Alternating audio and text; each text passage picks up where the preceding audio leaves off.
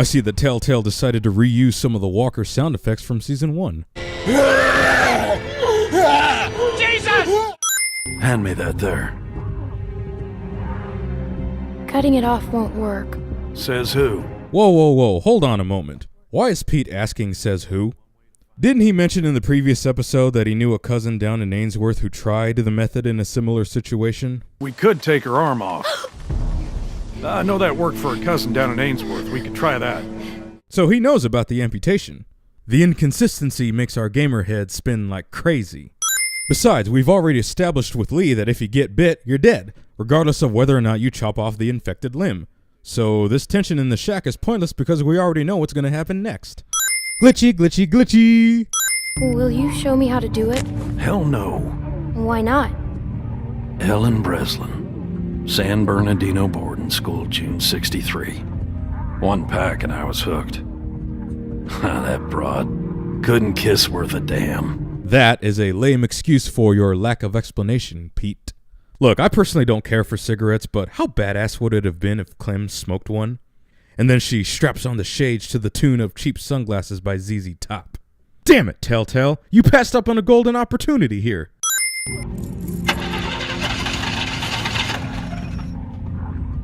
Out of gas.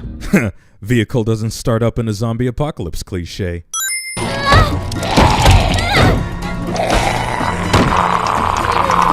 Boy, Telltale sure likes to take liberties with Clementine's strength. In the previous episode, she had trouble lifting a branch and smashing a walker's brains in. But in this episode, she can barricade a horde of walkers by herself? Look, I love Clem more than most people, but I'm gonna have to call bullshit on that.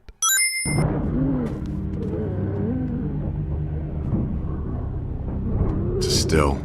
I know what it is. The fuck you do? That's ageist and sexist.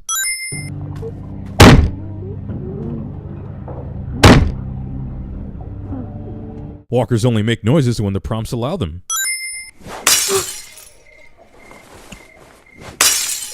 What a waste of alcohol. I had to kill my mom. Sounds weird when I say it out loud, huh? Luke always used to push me. I never wanted to go into business with him. I remember when he sold me on it. His big plan. Some fucking plan. I don't recall selecting the choice that said, give me your life story so that you can give me a reason to care about you. Cabin's only half a mile from here. You can't miss it. Notice how Nick doesn't specify which direction the cabin is. Luckily, Clem is able to find it because... narrative? Nighttime when Clem escapes, morning when she arrives at the cabin. And that's with both scenarios. I find it disturbing how these so-called careful people leave the door unlocked for anyone to just come barging through. Clementine, are you alright? Luke's not with you? Now, why would you specify that Luke is not with her? Nick's gone, Pete's gone, Alvin's gone. You could have easily just asked, Clementine, where's the rest of our group? Instead of this individual name game. Pete got bit. What? What happened? What? What do you mean what happened? No, Mike Tyson found Pete and chewed out his fibula. It was such a delicious meal for him. Where were you? Where were you exactly? Down by the stream. That's still pretty vague. Clementine, can you please watch Sarah? She's upstairs. Just distract her. And don't tell her anything. Yes, Clementine, I'm going to let you, a little girl, distract my daughter while defending this cabin all by yourself. Man, Carlos, you are a terrible parent. No wonder why Sarah is the way she is. I found this under the house. There was all kinds of old stuff. Under the house? You mean that non-existing basement? You should know what's going on. He told you not to tell me, didn't he? These lips are sealed. All too easy. Sarah rises in this shot, but in the very next shot, she's still seated on the floor. First, remember, it's just a thing. Aw, she's giving the Lee lessons on gun safety. What a cute callback to season 1. What, you guys actually thought that we were gonna give that a sin? The hell's wrong with you? No, that was genuinely cute. The most important thing is, always aim for the head. Okay. Unless it's a person trying to hurt you. Then what do I do? Just keep shooting. No, Clementine, you shoot them in the head as well. All men must die by bullet through the brain. Maybe I could practice outside. Now, how could you practice outside when just a few moments ago you said you couldn't find any bullets? Will you show me how to use it? I couldn't find any bullets. Ineptitude confirmed. Invisible walls. Clem, I think I know him. He can't see me. You have to make him go away. Who is he? I don't remember. Oh, she remembers. It's just that the game won't allow us to know who he is because it's not time for the secret reveal that everyone already knows about. Hello? Hello there. Once again, these so-called careful people didn't make sure they locked all the doors before they all left to make sure that some stranger doesn't waltz on in the cabin. Well, looks like a damn tornado ran through here. Clearly you've never been to Oklahoma. Well, white's in trouble. That's racist. It's true, but it's still racist. I thought you said nobody's here. My Clementine never picked that choice. Is there anyone else around? You don't usually see cabins this big out here. Sure could pack a lot of folks in there. We have a big group. Lots. Oh? How big? Dozens. Dialogue flaw. Plus, damn it, this is the perfect opportunity for Clem to sneak back to the kitchen, grab the knife, and shank Carver when he's not looking. Bam! Problem solved. But of course there's no option for that because... game. Under the bed? Really? The most obvious place to hide? What's more sinful is that Carver never checks under the bed to make sure that no one else is in the cabin. I told you, nobody's here. Once again, never picked that option. It's probably just the wind. Someone came to the cabin. What? Clementine talked to him. And you just opened the door for him? I didn't open the door. He just came in. She's telling the truth. Did he say his name? See, this is bullshit. I wanted to call these assholes out for not locking the door in the first place. Let them feel the weight of that guilt. Maybe it wasn't him. You know damn well who it was. I didn't ask his name. You didn't ask his name? How could you not ask his name? I see that everyone is still fond of the pronoun game, so that we have to guess what we already know. He saw a picture of me. A picture? What were you doing taking pictures? Clearly you've never been around girls before, Carlos. They take pictures of the most random shit, including themselves, all the time. All the time. You told me to distract her. Distract? Sarah. So I'm just an idiot? Hey, you said it, not me. We have to leave now, sweetie, before he comes back with more bad guys. But it's gonna be okay. The it's gonna be okay when it's really not cliche. Clem, I don't know what he told you, but William Carver is a dangerous man. Surprise, assholes! Not really.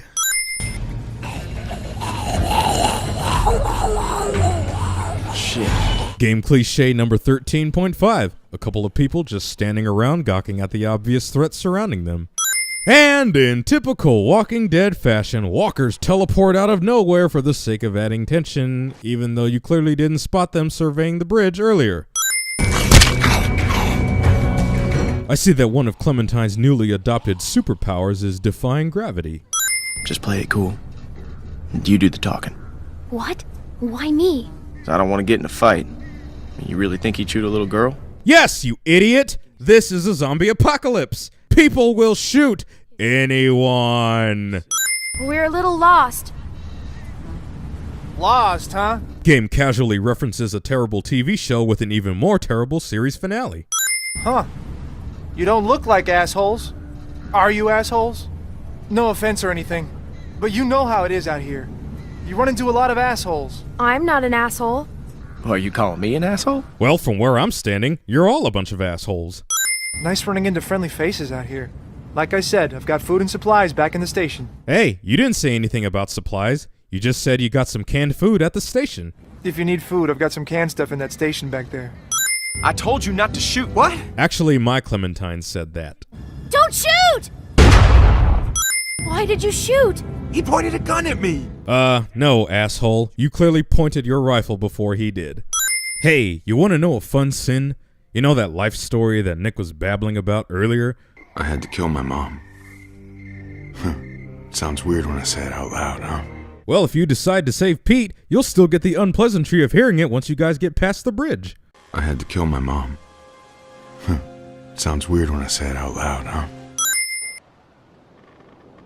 I don't see a key around here. And I don't see a keyhole around anywhere. Plus, here we go again with the inconsistency of Clem's ultimate warrior girl strength. Here she is, same episode, and she's able to hold off a horde of walkers all by herself. But she can't open a simple chest, or I don't know, unlock it? The hell is that?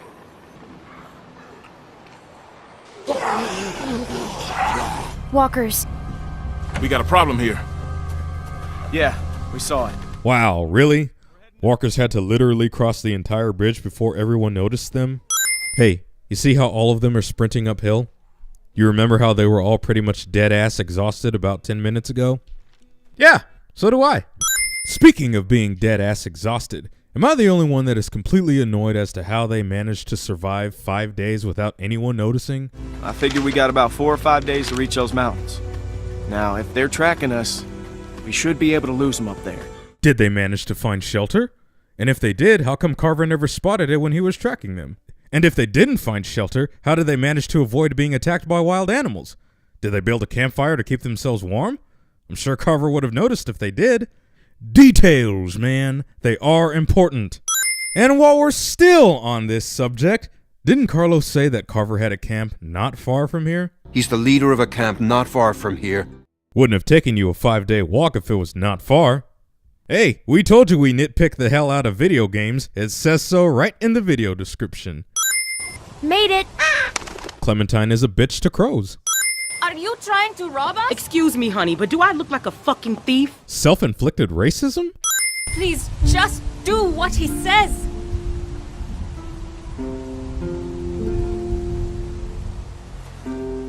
Kenny! The most unsurprising surprise surprises absolutely nobody.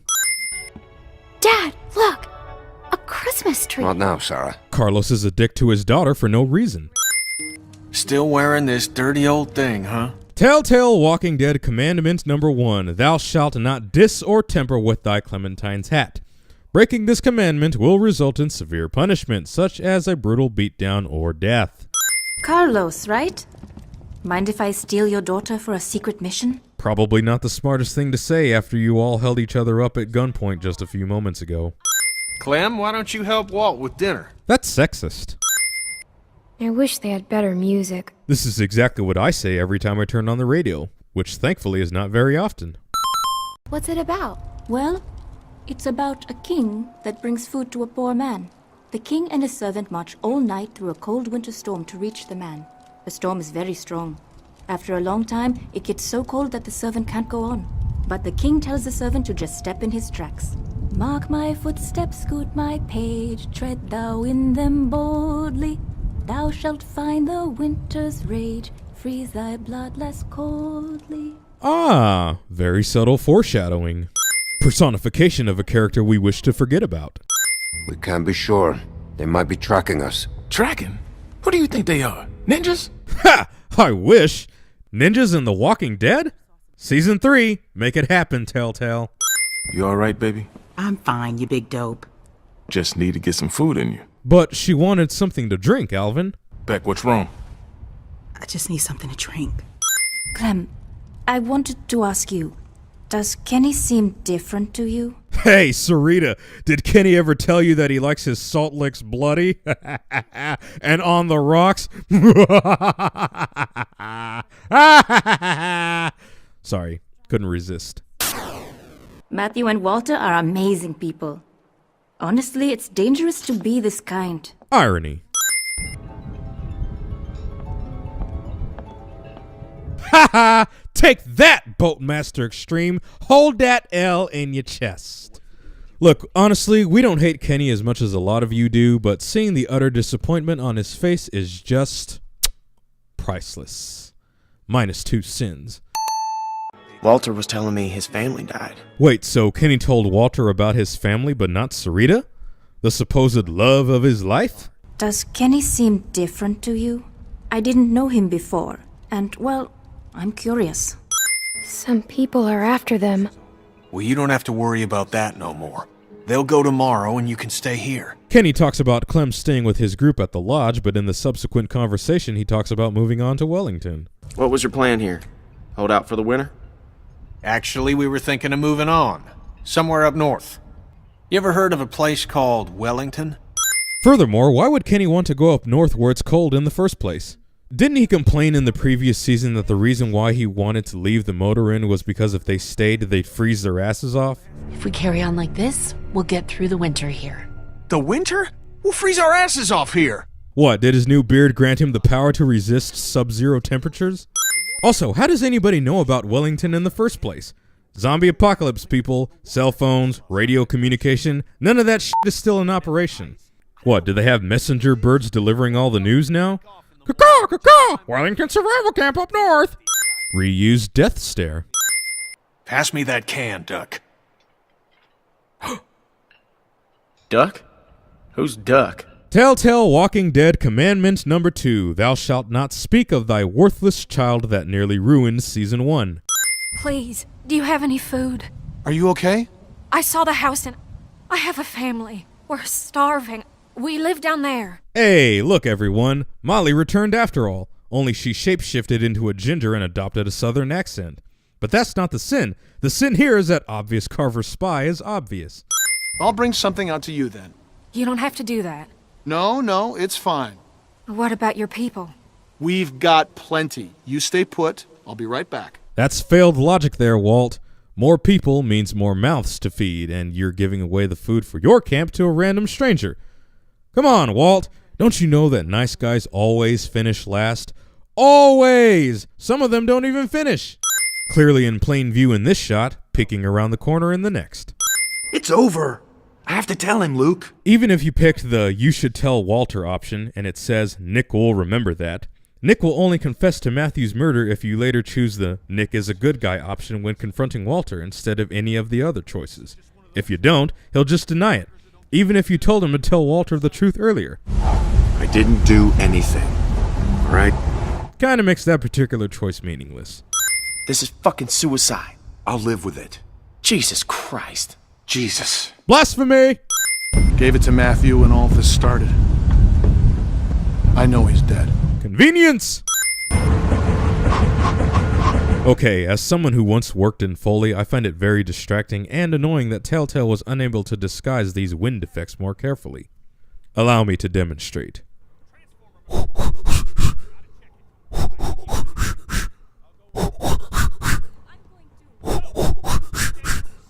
Now listen closely.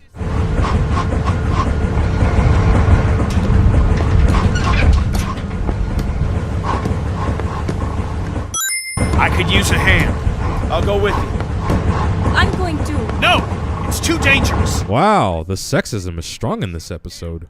Does anyone know how to do this? Great. I can do it. Okay, we'll watch your back. Yes, you, little girl that has been able to handle herself on her own, please take care of this problem that us adults cannot resolve. I mean, I know Clem is the player character, but does she have to do everything to the point where I wonder why she's even with the group? She took care of herself when her and Krista got attacked. She took care of herself when they locked her in the shed. She handled herself when Carver confronted her. And she took care of herself on the bridge. Honestly, at this point, I'm throwing my hands up in the air thinking, damn, you people are utterly useless. Why am I even sticking around you all? Hey, where's the teleporting walkers? Ah, there they are.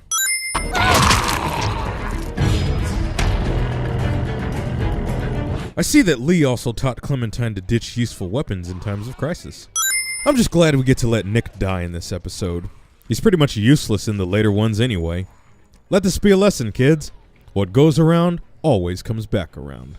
Minus one sin. It's you. Keep moving. Gingers that have no soul and can't be trusted, cliche. Look at this place. Believe this fucking place, Bonnie? Power and everything. A lot of windows, though. It's fucking huge. These sentences become extra confusing, seeing as how they're clearly from Carver's camp, and we later find out that Carver's camp has power and is fairly large. So why are they acting like this is the first time they've seen a large site with power? Johnny, cover that window. Yes, Johnny, cover that huge open window where someone could easily snipe you. Oh great, another hostage murder situation. Never been through this sort of thing before. Sarah, look at me. It's gonna be okay. The it's gonna be okay when it's really not cliche. Again! Your choice. Motherfucker. What a waste of ammo. Alvin! Black man that ends up dying in a zombie apocalypse cliche. I can keep this up all night. See, here's a problem with Carver's logic. If the whole point of capturing these people is to bring them back to his camp, what would be the point of it if all he was going to do is murder them all? Let's remember, these are our brothers and sisters, and they all have a vital role to play in this community. Knowing full well, those who choose not to accept our love will surely wish that they had. Oh, great. So Carver is basically the Governor 2.0. Fan-freaking-tastic. Little girl, don't lie to me. Tell me, where did you sleep last night? Pedophilic lyrics to an otherwise great song.